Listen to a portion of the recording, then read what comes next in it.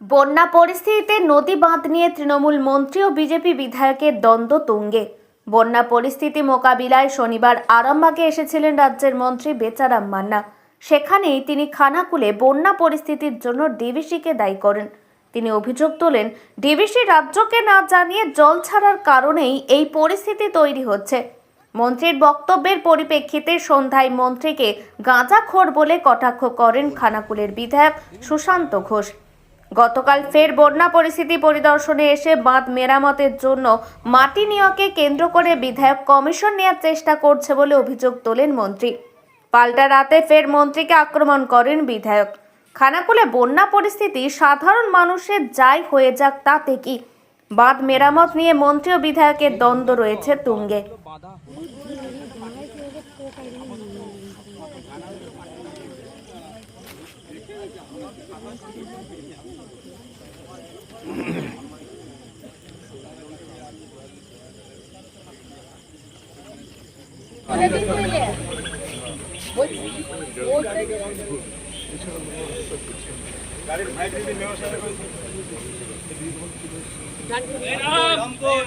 আমাদের কলকাতা 2 কিলোমিটার ঘুরলে গাড়ি আছে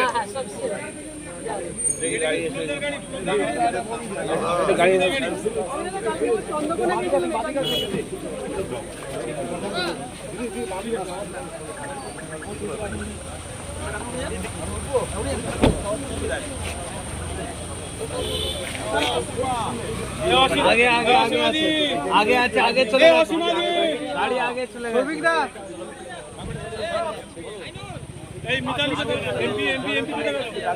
हेलो हेलो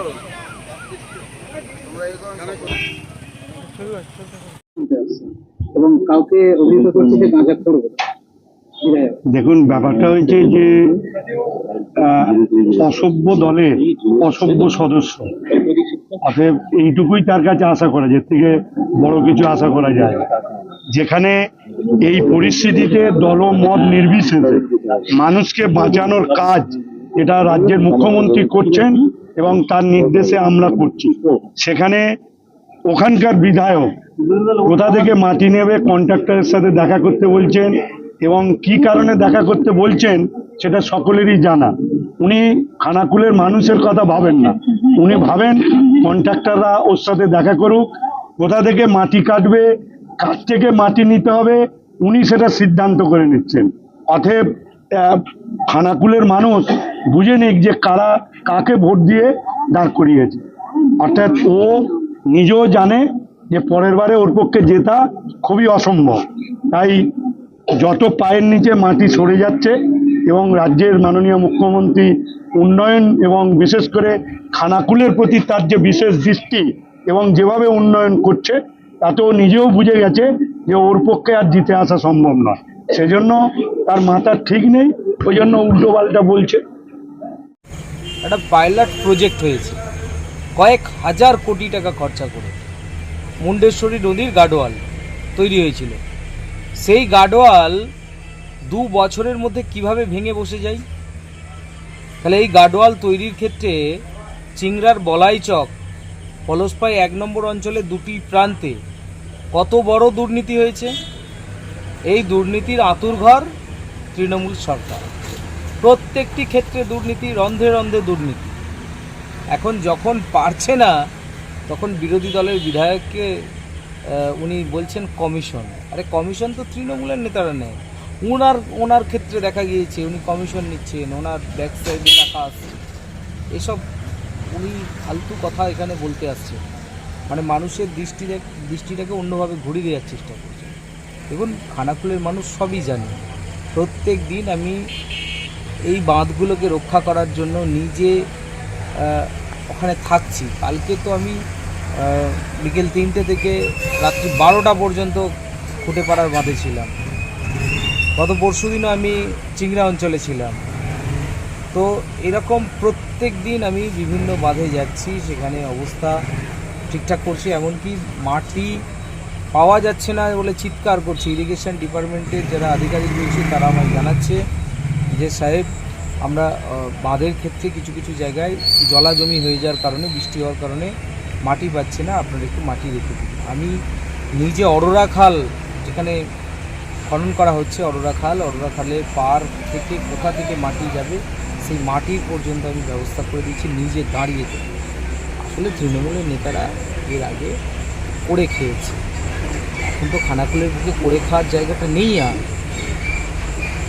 আমি আজকেই খবর পেলাম চিংড়ার বলাইচকের যে হানাটা হয়েছে সেই হানাটাকেও রাত্রিবেলা তৃণমূলের কিছু দুষ্কৃতী কাটিয়ে দেওয়ার চেষ্টা করছে।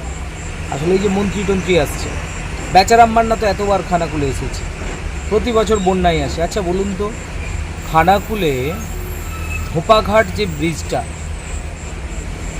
গত 2021 বন্যার সময় কিছুটা ঝুলে গিয়েছিল, তারপর গত বছর অর্ধেকটা বসে গিয়েছিল, আর এই বছর তো প্রায় পুরোটা বসে গিয়েছে। কেন একটা ব্রিজ নির্মাণের জন্য টাকা নেই? কেন ওখানটায় যাচ্ছে না? ধোপাঘাট ব্রিজের সামনে কেন যাচ্ছে না? পূর্তমন্ত্রী তো এলো, উনি কেন 24পুরে পা ডুবিয়ে চলে গেলেন? বেচারাম মান্না ওখানে কেন গেলেন? ধোপাঘাট ব্রিজে যান, বলুন গ্রামবাসীদেরকে কেন পোল ব্রিজ হয়নি। দীর্ঘদিন ধরে শুনে আসছে পোলের ব্রিজ হবে। সেন্ট্রাল গভর্নমেন্ট টাকা দিচ্ছে, ইরিগেশন ডিপার্টমেন্টকে টাকা দিচ্ছে প্রত্যেকটা কাজ। গতবার বন্যায় 468 কোটি টাকার ফান্ড এসেছিল, সেই ফান্ড কোথায়? আচ্ছা বলুন, খানাকুলে গত বছর বন্যায় খানাকুল 2 নম্বর পঞ্চায়েত সমিতি থেকে ওই খাবার, তারপর হচ্ছে আপনার স্পিড বোর্ড সহ বিভিন্ন প্রয়োজনীয় সামগ্রী ক্রয় করা হয়েছিল। তার প্রায় 40-50 লক্ষ টাকা এখনও বিল দেয়নি রাজ্য সরকার। কেন দেয়নি? কিসের জন্য দেয়নি? মেলা খেলা উৎসব করার জন্য টাকা রয়েছে, মন্ত্রীরা আসবে তার সঙ্গে 50টা পাইলট কার ছোটার জন্য পয়সা রয়েছে, এলাকা উন্নয়ন করার জন্য, বাঁশের সাঁকোকে কংক্রিটের করার জন্য সরকারের যে টাকা নেই। উনি বলছেন 2026-এ খানাকুলে বিজেপি হেরে যাবে। আমি ওনাকে বলি, খানাকুলের মাটি উর্বর মাটি, খানাকুলটাকে আপনি অন্য বিধানসভার মতন ভাববেন না, আর খানাকুলের মানুষকে এত বোকাও ভাববেন না। খানাকুলের মানুষ তৃণমূলের অত্যাচার, তৃণমূলের সন্ত্রাস, তৃণমূলের লুটে খাওয়ার রাজনীতি সবই দেখেছে, এখনও বর্তমান সময় বেশ কিছু জায়গায় দেখছে। তাই খানাকুলের মানুষ সতর্ক সজাগ আছে, সময় মতন ঠিক জবাব দিয়ে। কি বলবেন? দেখুন, পাগলের প্রলাপ যেটাকে বলে, খানাকুলে 1 বছর আগে বন্যা হয়েছে, সেই বন্যার পর বাঁধগুলো বাঁধা হলো না কেন? কার গাফিলতি? বিধায়ক বাঁধবে, সেচ দপ্তর কী করছিল, ইরিগেশন ডিপার্টমেন্ট কী করছিল? সেন্ট্রাল গভর্নমেন্টের একটা পাইলট প্রজেক্ট হয়েছে, কয়েক হাজার কোটি টাকা খরচা করে মুন্ডেশ্বরী নদীর গার্ডওয়াল তৈরি হয়েছিল। সেই গার্ডওয়াল 2 বছরের মধ্যে কিভাবে ভেঙে বসে যায়? তাহলে এই গার্ডওয়াল তৈরির ক্ষেত্রে চিংড়ার বলাইচক, পলসপাই 1 নম্বর অঞ্চলে 2টি প্রান্তে কত বড় দুর্নীতি হয়েছে। এই দুর্নীতির আঁতুড়ঘর তৃণমূল সরকার, প্রত্যেকটি ক্ষেত্রে দুর্নীতি, রন্ধে রন্ধে দুর্নীতি। এখন যখন পারছে না, তখন বিরোধী দলের বিধায়ককে উনি বলছেন কমিশন। আরে কমিশন তো তৃণমূলের নেতারা নেয়, ওনার ক্ষেত্রে দেখা গিয়েছে উনি কমিশন নিচ্ছেন, ওনার ব্যাক সাইডে টাকা আসছে, এসব উনি ফালতু কথা এখানে বলতে আসছে, মানে মানুষের দৃষ্টিটাকে অন্যভাবে ঘুরিয়ে দেওয়ার চেষ্টা করছে। দেখুন, খানাকুলের মানুষ সবই জানে, প্রত্যেক দিন আমি এই বাঁধগুলোকে রক্ষা করার জন্য নিজে ওখানে থাকছি। কালকে তো আমি বিকেল 3টে থেকে রাত্রি 12টা পর্যন্ত খুঁটেপাড়ার বাঁধে ছিলাম, গত পরশুদিনও আমি চিংড়া অঞ্চলে ছিলাম। তো এরকম প্রত্যেক দিন আমি বিভিন্ন বাঁধে যাচ্ছি, সেখানে অবস্থা ঠিকঠাক করছি। এমনকি মাটি পাওয়া যাচ্ছে না বলে চিৎকার করছি। ইরিগেশন ডিপার্টমেন্টের যারা আধিকারিক রয়েছে তারা আমায় জানাচ্ছে যে সাহেব, আমরা বাঁধের ক্ষেত্রে কিছু কিছু জায়গায় জলাজমি হয়ে যাওয়ার কারণে, বৃষ্টি হওয়ার কারণে মাটি পাচ্ছে না, আপনারা একটু মাটি রেখে দিন। আমি নিজে অরোরা খাল যেখানে খনন করা হচ্ছে, অরোরা খালের পার থেকে কোথা থেকে মাটি যাবে সেই মাটির পর্যন্ত আমি ব্যবস্থা করে দিচ্ছি নিজে দাঁড়িয়ে থেকে। আসলে তৃণমূলের নেতারা এর আগে করে খেয়েছে, এখন তো খানাকুলের বুকে করে খাওয়ার জায়গাটা নেই আর। আমি আজকেই খবর পেলাম চিংড়ার বলাই চকের যে হানাটা হয়েছে সেই হানাটাকেও রাত্রিবেলা তৃণমূলের কিছু দুষ্কৃতী কাটিয়ে দেওয়ার চেষ্টা করছে।